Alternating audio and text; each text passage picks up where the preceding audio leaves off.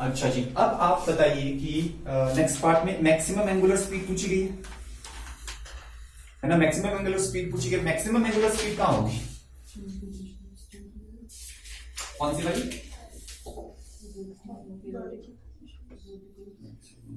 देखो, जो vertical position है वो यहां से स्टार्ट किया इसने, ठीक है। वर्टिकल पोजीशन में क्या है, इसने यहां से स्टार्ट किया, तो यहां से स्टार्ट किया, तो यहां से तो इसकी क्या थी, 0 थी।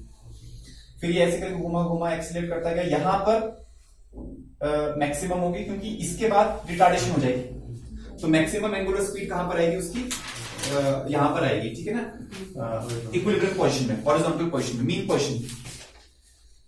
ऑसिलेटरी मोशन में भी तो यही होता था, एक्सट्रीम पोजीशन पे रुका होता था, तो यहां रुका हुआ है, फिर यहां से घूम के नीचे आया, नीचे वाले पोजीशन में रुका है, तो मीन पोजीशन जो है वहां पर मैक्सिमम स्पीड आती है। वो कितनी आएगी वो हमें देखना पड़ेगा, ठीक है।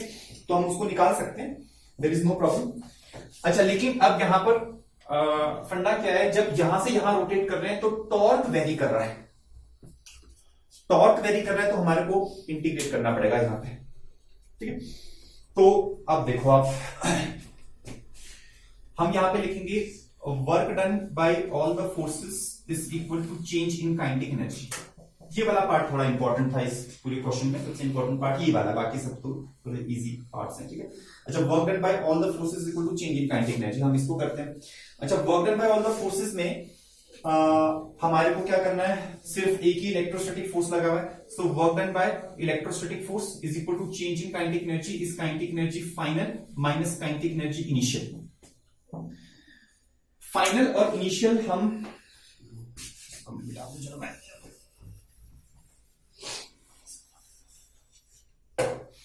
तो इनिशियल सिचुएशन तो चलो यही है हमारे पास ना, there is no doubt here. एक हम इंटरमीडिएट सिचुएशन ले लेते हैं, बीच की सिचुएशन ये, इसमें पॉजिटिव यहां, नेगेटिव यहां, और यहां पर फोर्स लगा हुआ है आगे की तरफ, that is lambda into L/2 into E. ये फोर्स आगे की तरफ लगा, और यहां पर फोर्स लगा हुआ है पीछे की तरफ, वो भी लैम्डा L इंटू E/2, और ये घूम रहा है। मान लो कि चलो किसी इस वाले एंगल को ले लेते हैं थीटा, मान लो ये एंगल थीटा है, ठीक है। अच्छा, अब हमारे को work done by electrostatic force बताना है, work done by electrostatic force, ठीक है। अच्छा, यहां पे जो इलेक्ट्रोस्टैटिक फोर्स लगा हुआ है वो क्या कर रहा है, वो टॉर्क प्रोड्यूस कर रहा है। अच्छा, ट्रांसलेशन में क्या होता है, ट्रांसलेशन में होता है F.S, सबसे सिंपलेस्ट फॉर्मूला ये। हाँ, तो रोटेशन में क्या आएगा, रोटेशन में हमारे पास आ जाएगा small amount of work done will be torque into d theta.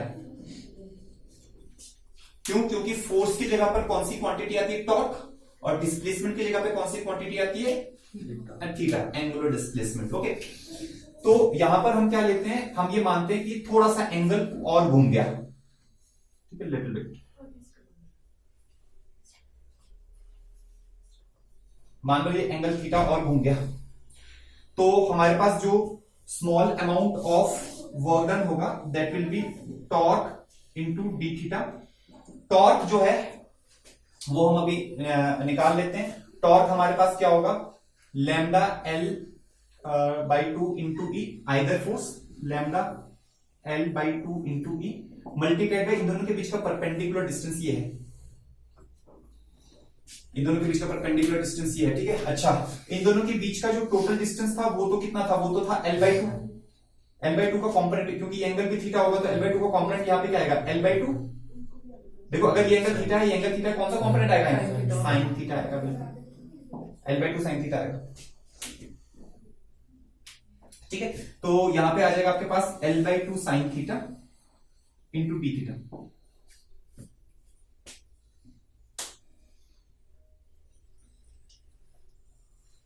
This is the small amount of work done, समझ में आ रही बात, ठीक है। अच्छा जी, तो हमारे को total amount of work done अगर निकालना है तो इसको इंटीग्रेट कर दो, तो बाहर क्या आ जाएगा, सब कुछ कांस्टेंट है, लैम्डा L² E/4 सब बाहर आ जाएगा, integration sine theta D theta ये यहां पे रहेगा। थीटा की लिमिट्स कहां से कहां होगी,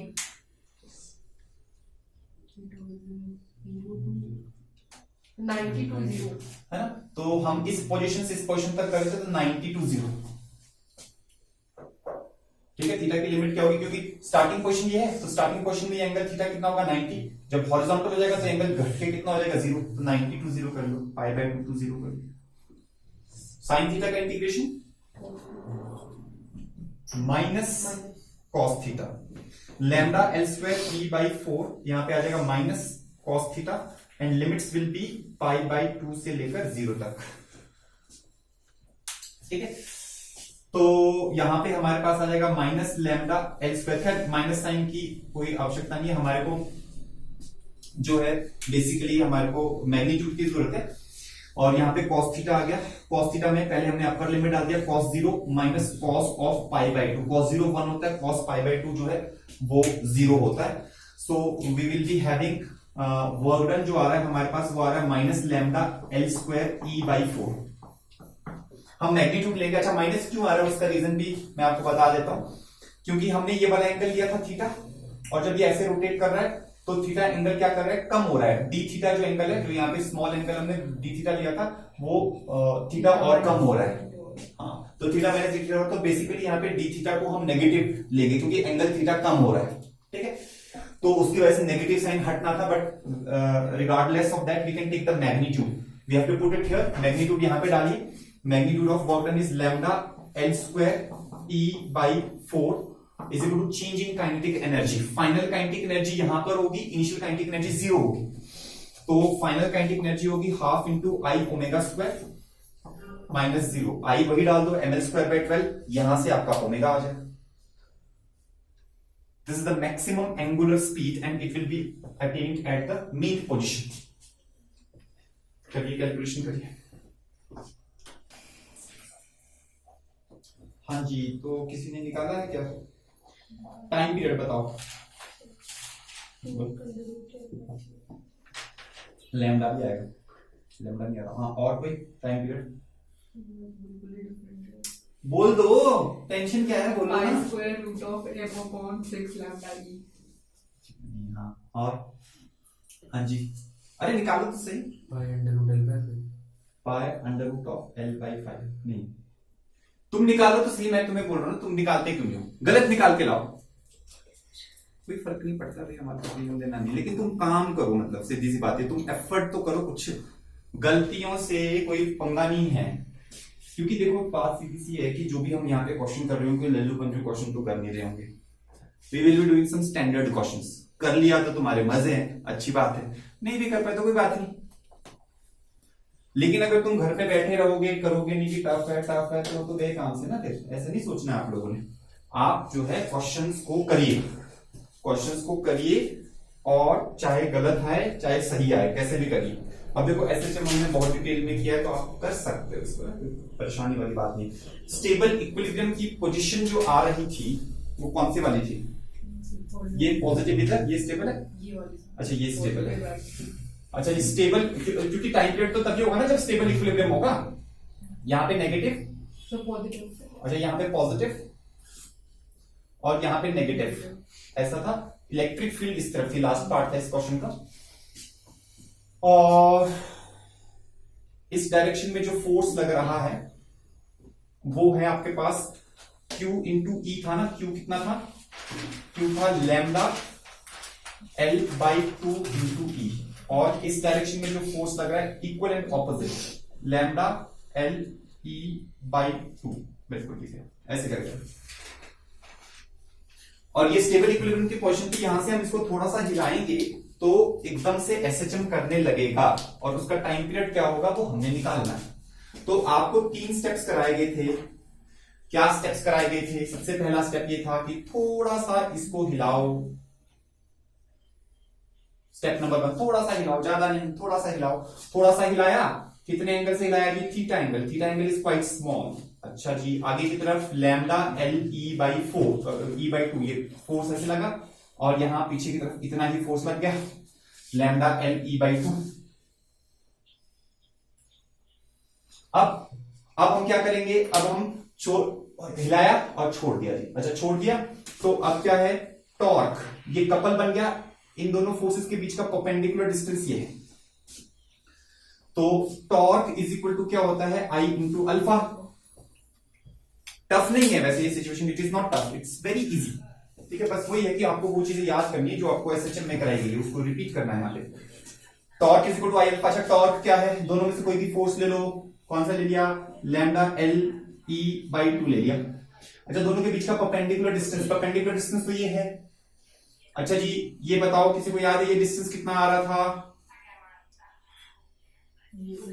ये L बाई 2 आ रहा था, क्योंकि ये L बाई 4 है, ये भी L बाई 4 है, दोनों को जोड़ के L बाई 2 आ रहा था। हाँ जी, तो ये परपेंडिकुलर डिस्टेंस ये कितना आएगा, ये आ जाएगा L by 2 sine theta, correct.